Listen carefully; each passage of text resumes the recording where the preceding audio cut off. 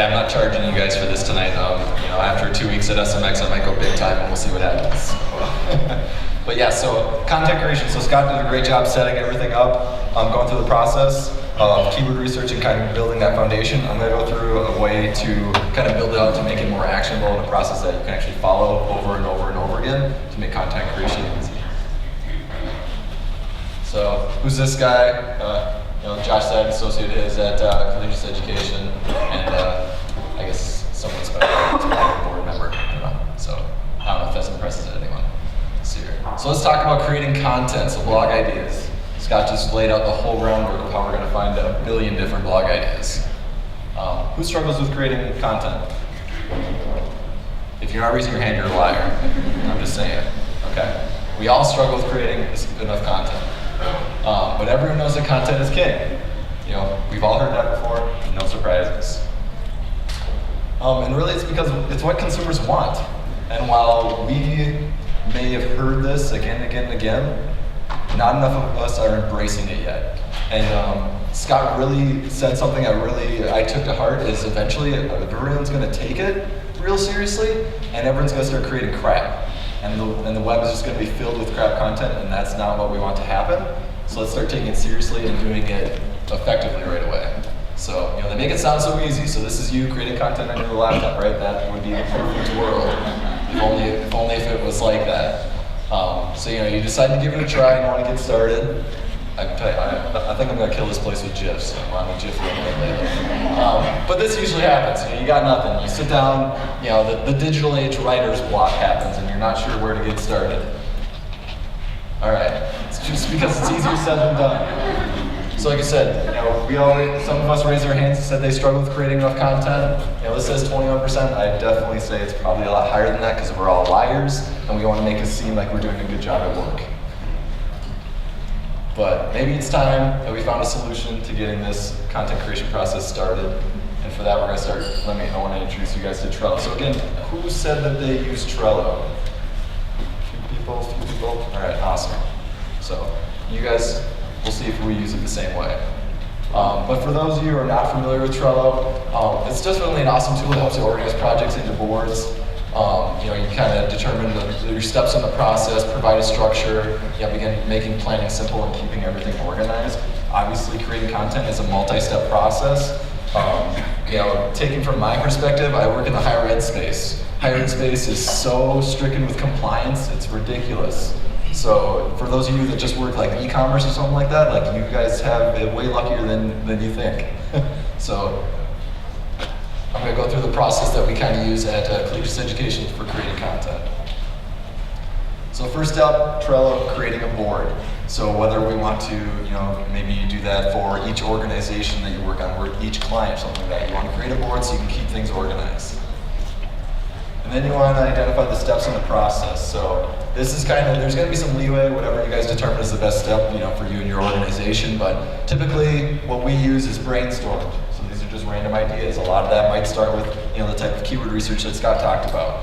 Then moving into pitched. So one thing that I feel like sometimes content doesn't really get shared. The ideas get shared across different individuals, and different individuals really have a great point to add a different perspective than we might have. So when we're doing our pitch meetings and stuff like that, it's real insightful to see how someone else has taken a content idea that I had no idea that they would have taken it that way. It helps us create better content. Being written, obviously that's for more in the planning process where you're actually going. In editing, strongly suggest that you have someone edit it other than yourself, especially for someone like me who is not a word nerd whatsoever. And then ready for publish and then published. All right, so that was the easy part. Getting everything set up. Now, it's time to start thinking. So we need to get going on that. All right, so put your ideas into a card. So here's my idea that I'm brainstorming that I put together for this presentation. How to impress your boss during a presentation. Yes, Josh is my boss. Hopefully he's being impressed. All right, so so basically you can see at the top, that's the title idea, all right? And these are the 7 things that you're going to need to put in your Trello card in order to hash that out. So these are the things that you're going to want to make epic content and not crap content. You don't want to be, Scott, totally forgot the word crap sourcing. Yeah. You don't want to be crap sourcing content. So we're going to go through each of these. All right, so personas. Who here uses personas on a regular basis? Okay, everyone needs to get back into personas. I know it's like marketing 101 type stuff that we did 10 years ago in college, but personas are legit in the digital world, and we need to start using them. So if you haven't built out personas in a long time or you don't use them, start building them out, because it's really a great way to focus your content in a way that actually speaks to people. All right, so my persona here is Grant, okay, because I'm building this presentation. So I'm writing this piece of content to myself so I can impress Josh. But you know, for any one of our others, I think our personas right now are Michelle, Megan, Ashley, whatever. Like, know who your personas are, know who you're writing to. All right, next up, determining the sales stage in the funnel. Scott talked about this a little bit, but different keywords are going to fit different ideas in the sales stage funnel. You know, and that's going to, again, turn to different things for call to actions, everything like that. So we need to determine what type of content fits in the sales stage. Is it high level? Do they know nothing about what your business is doing? Or is it low, and are they ready to come in and buy right away? Like, you need to pick the content that's going to fit within the funnel and write for it in that funnel. All right, so I'm deciding this is a trigger piece, okay? So hopefully everyone understands what the trigger is, and it's starting to understand what I'm looking for. I'm not super high level, but kind of in the middle. All right, so this is for all the SEOs out there. I'm not a diehard SEO, I'm more content, but so we're gonna get to a little bit of keyword. How to impress your boss. All right, we're putting this in the Trello card so that way it's top of mind that we know that we're going to rank for this. I was actually impressed that I found the 7 or 20. I think I might actually write this piece of content later. But so put it in there, okay? When you're working with your team, going through your pitch meetings, different things like that. If you have an SEO guy and you're not sure about the content, use this. Put it in there so that you know you want to get that done. When we first started off creating content, learning about keywords, put in a lot of time creating a lot of crap content that wasn't optimized, and tell you what, it's really annoying to see that report come out every month and see that it got 0 views because it's not ranking organically whatsoever. All right, so number 4, try to think about the questions that your viewers might be thinking about during this stage of the funnel or this piece of content. So we want to keep in mind your personas. What kind of questions are they answering? You know, are they looking for super detailed oriented, or are they just looking for high level stuff and tell me what I need to do? So we need to address those questions. Remember what sales stage they're coming in.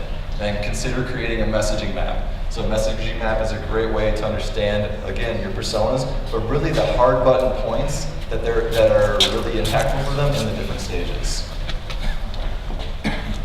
All right, so my question for this was, how can Grant get his boss's attention and earn a promotion? So this is a great question, and the reason you put it in your Trello card is because it's going to keep that top of mind when you're writing the piece of content. You want to speak to this. This is what your audience is interested in hearing about. All right, so then we have the content idea, okay? So we have the keyword, how to impress your boss, we kind of know that. Now it's time to build out the idea. So what do we want to actually say in the blog post, in the infographic, in the piece of content, whatever.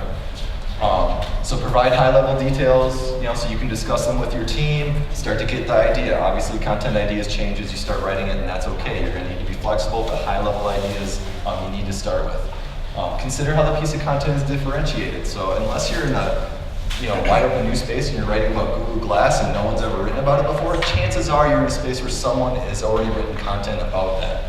So when you're doing the search, or when you're doing the SERP research with the keywords, take a look at how am I going to make this piece of content stand out? Maybe someone's written a crappy blog post and I can just make an epic one. Maybe someone's done an infographic and I want to do a video. So different things like that. But then how does it speak to your persona? And then discuss it to your team. Be open with your input. Again, everyone has different perspectives. Not all of us are born and raised Minnesotans. We have different experiences, and different perspectives are a great way to create better content. All right, so here's my idea. So this post will focus on 5 can't-miss tips that he can use to impress his boss. May include brown-nosing, buying coffee, working late, and giving presentations, etc. Okay? So this is just, again, high-level idea. It's definitely not a built-out blog post. I'm going to have to go into a lot more details when I'm writing this piece of content, but it gives me a roadmap. All right, so now we're going to talk about imagery. Obviously, we live in a digital world. We want to attract some clicks. We want to get some attention. Imagery is a great way to do that. Consider the creative process. And if you work in a larger size organization like me, where we have a big creative team, we need to be determining what type of process we're going to put in place where I can submit ideas to a creative team, they can get them back to me, we can review it, and then we can get it published. You know, if you're a small agency and you're doing the creative yourself, like, that's okay, that makes it a little easier too. But does the content match the creative? So a lot of people think of like, oh, let's create an infographic, or let's create a GIF, or let's do a video. Like, creative needs to follow content, not the other way around. You don't want to go out and say like, let's create a video about this. It's, I want to create something that speaks to this. What is the best medium for doing that? Is that a blog post? Is that an infographic? Is that a video? That's how you want to think about it. And then keep it legal. So I'm not sure, this is just a resource for people. Search.creativecommons.org. So if you don't have a huge creative resource team behind you, go there. You know, free reign for typically as long as you source the image. You know, it's pretty simple type stuff and a great way to get free imagery without going out and taking pictures with your iPhone. Right. And that's Bob Ross, because we all love Bob Ross. Did everyone see the PBS remix of Bob Ross? If no one knows the PBS remix videos, I can't remember exactly what channel they're on, but they've remixed a bunch of PBS stuff. Check it out. It's great content. It's hilarious. Happy Little Trees, I think is what we're on. All right, so then we're putting that imagery kind of in the Trello card, so when we discuss that with our team, so similar to something like this. So obviously I'm trying to impress my boss, so maybe I want to do something where it looks like a guy's shining his boss's shoes. All right, so that's just the general idea. And here we go to the call to action. So remembering our sales stage in the funnel. You know, let's think if you're writing a high-level discovery piece and you're introducing someone to a product or a service or something for the first time, maybe the best call to action isn't to buy. Maybe it's to check out our white paper or our ebook about, you know, how this is used, or the different functionalities, or a comparison tool. So think about where that kind of fits within the sales stage of the piece of content. Obviously, you want to create urgency. You know, we all want to create action and make it stand out. So that way, we actually are driving action. It's not just, you know, hit the page, read the first paragraph, and then bounce off. No one wants that. All right. So for this one, I said, download our ebook guide, the A to Z guide to earning promotion. Obviously, I don't have that, but that's a good example. All right, so putting it all together, this is what your Trello card is going to look like. As you can see, everything is built out. One awesome reason for building out like this, you might not be doing all the content creation on your team. Maybe you're a high up, and maybe you're a VP, and you're really good at creating ideas, but you want someone else to write it. This is the way to do it. You give them the whole idea, you give them the keys to the kitchen, and make them make it. It's a great little way to get that going. So, you know, just put that in there. And then here's some features in Trello that I just wanted to highlight really quickly. So edit labels. So let's say you work with 3D marketing, and you have different clients. You can label them different numbers of different clients that you have. You know, you have A client, B client, C client. You know, maybe it's just an urgent piece, and you want to rush it through real quickly. So it's just a great way to keep everything organized. Members assignment. So I talked about, you know, having someone else write it, assign it out to someone else on your team. They get an email notification that you assigned it to them, so that way they know to get to work. And then due dates, checklists, you know, some really cool features in there that allow you to keep the process flowing.